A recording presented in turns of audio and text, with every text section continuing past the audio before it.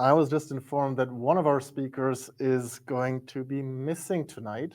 We would have usually had a little bit more information presented by someone who many of you may know, Renze Shibilia, who is also our global head of advocacy. She was going to talk about a number of things. She is living in Australia. She was going to talk a little bit about the End Diabetes Stigma campaign and also about the dedoc Voices program, which you've heard quite a bit about. And before we go to our next speaker, I have to kind of fill in the gap for those who don't know what we're doing. It has been coming up every now and then, so let me bring in a few things. First, there's the link to the End Diabetes Stigma campaign that was started in Australia, but is now global. It is addressing stigma around the world for or against people living with diabetes. If you want to support the pledge, there's a pledge against diabetes stigma, then please go to this website and sign the End the Diabetes Stigma pledge. But before we go to our next speaker and to give a little bit of context, the dedoc Voices program, as Hoban was also saying, because he's part of the dedoc Voices, as Snehal was referring to and others, is a scholarship program that brings people like Hoban, Snehal, and many, many others. Like I said, we have more than 400 alumni now, I believe, around the world in almost 100 countries. I don't have the exact number right now, but it was, last time I checked, it was already beyond 80.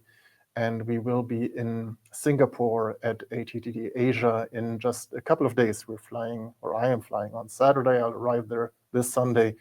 And we're bringing almost 20 advocates from Singapore itself, from Vietnam, Laos, Cambodia, also India and Pakistan, Japan, missing 2 or 3 countries, to that conference. We do this with a number of conferences. ATTD is the Diabetes and Technology Conference, global.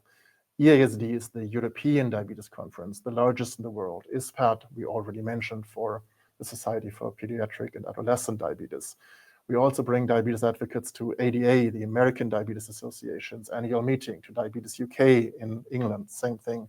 And as I already said, we are hoping to, for the first time ever, be present in India early next year.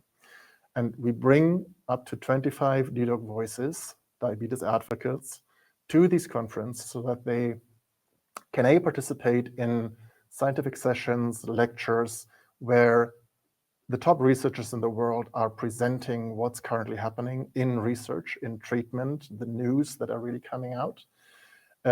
We ask them to not only follow these sessions, but then translate what they learn, not only into different languages, but into lay language, to then distribute the knowledge that they receive there in other forms, be it in citizen science projects, be it through social media, Instagram posts, etc., but in a form that people with diabetes who might not read scientific papers or follow scientific conferences understand.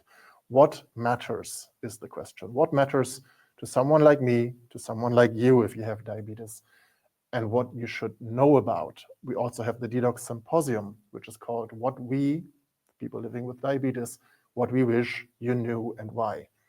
The main mantra of the dedoc Voices program is to pay it forward. So we bring people to these conferences, we empower them to meet, listen, learn, network with other dedoc Voices, and then we see what comes out of this sometimes, and then go back home and do something with whatever they have learned, taken away, contacts, network, etc. And we see that happening over and over and over again, that amazing things happen, not through dedoc. That's why I'm always a bit hesitant when people say thank you, because it is not us actually doing anything.